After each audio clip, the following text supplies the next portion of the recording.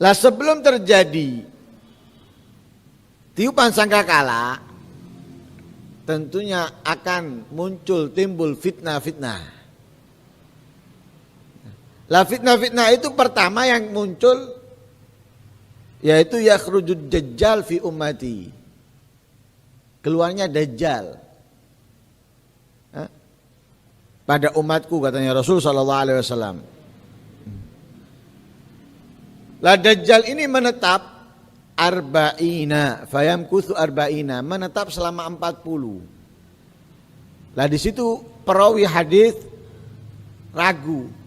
40 itu 40 hari atau 40 bulan atau 40 tahun. Intinya 40. Dajjal menetap di bumi selama 40, entah 40 hari, 40 bulan atau 40 tahun. Fayab'atsullahu Isa bin Maryam alaihi salatu wassalam, lalu Allah mengutus Nabi Isa alaihi wa ala nabiyina afdhalus salati wassalam. Diutus oleh Allah Nabi Isa.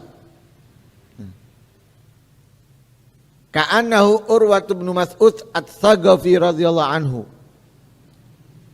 Lah Nabi Isa diutus oleh Allah untuk siapa? Untuk mencari Dajjal dan membinasakannya. Bukan untuk membawa syariat lagi. Karena syariat Nabi Muhammad sudah menjadi syariat yang terakhir, yang dibawa oleh para nabi.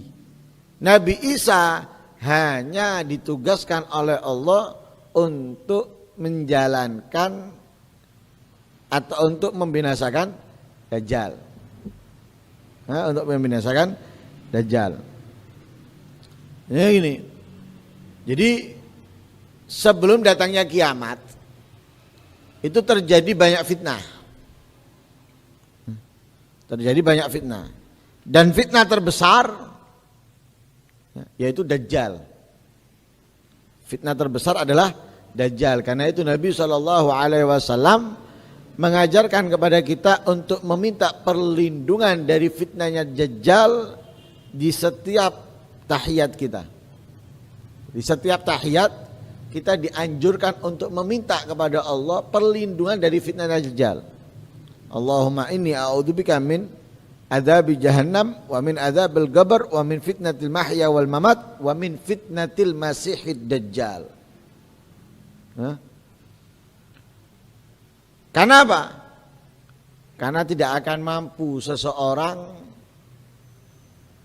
melawan Dajjal kecuali yang imannya sudah benar-benar lengket dalam dirinya. Nah, kalau semacam kita ini nggak lengket masih, nggak lengket.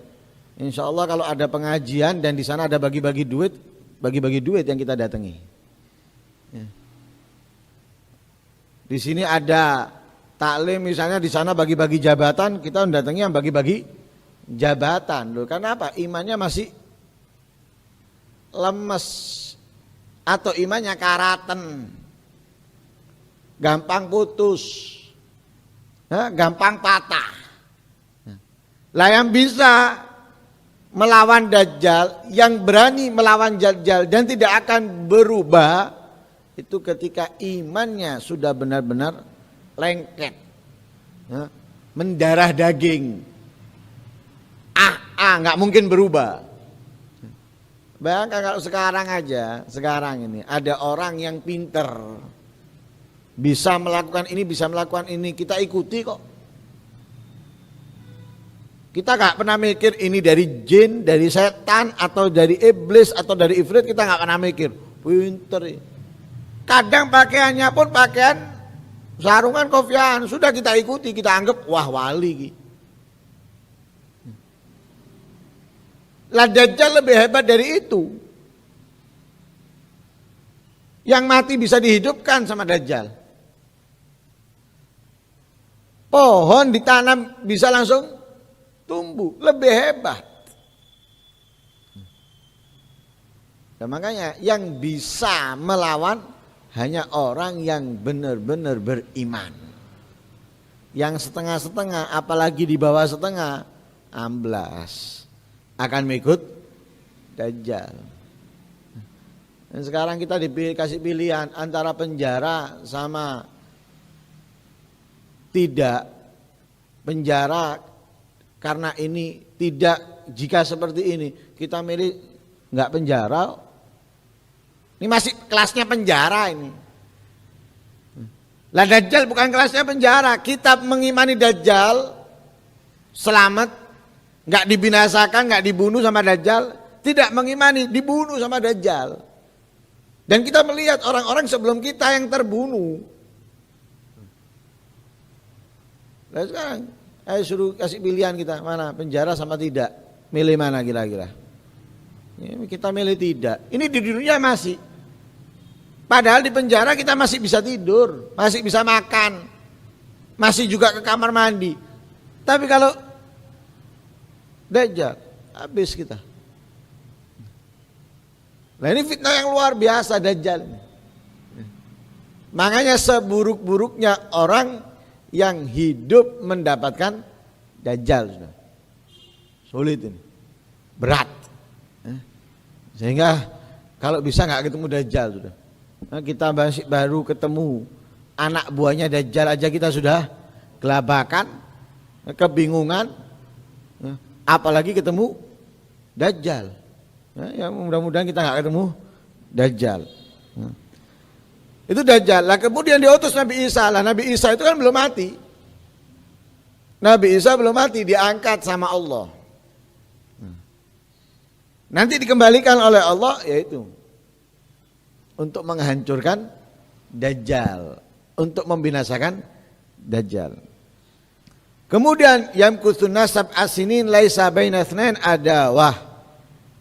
Setelah itu, setelah Dajjal hilang, setelah Dajjal pergi, mati, binasa, 7 tahun kehidupan orang adem, ayem, tentrem, damai, sejahtera. Nggak ada permusuhan sudah. Nggak ada iri, nggak ada dengki, nggak ada dendam, nggak ada memfitnah ini, memfitnah itu, nggak ada. Adem, ayem, tentrem, sejahtera. Enak kehidupannya orang-orang. Nggak ada permusuhan.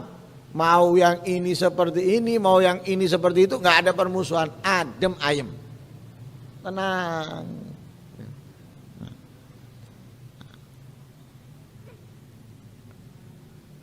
Nah, masih banyak lagi tentunya.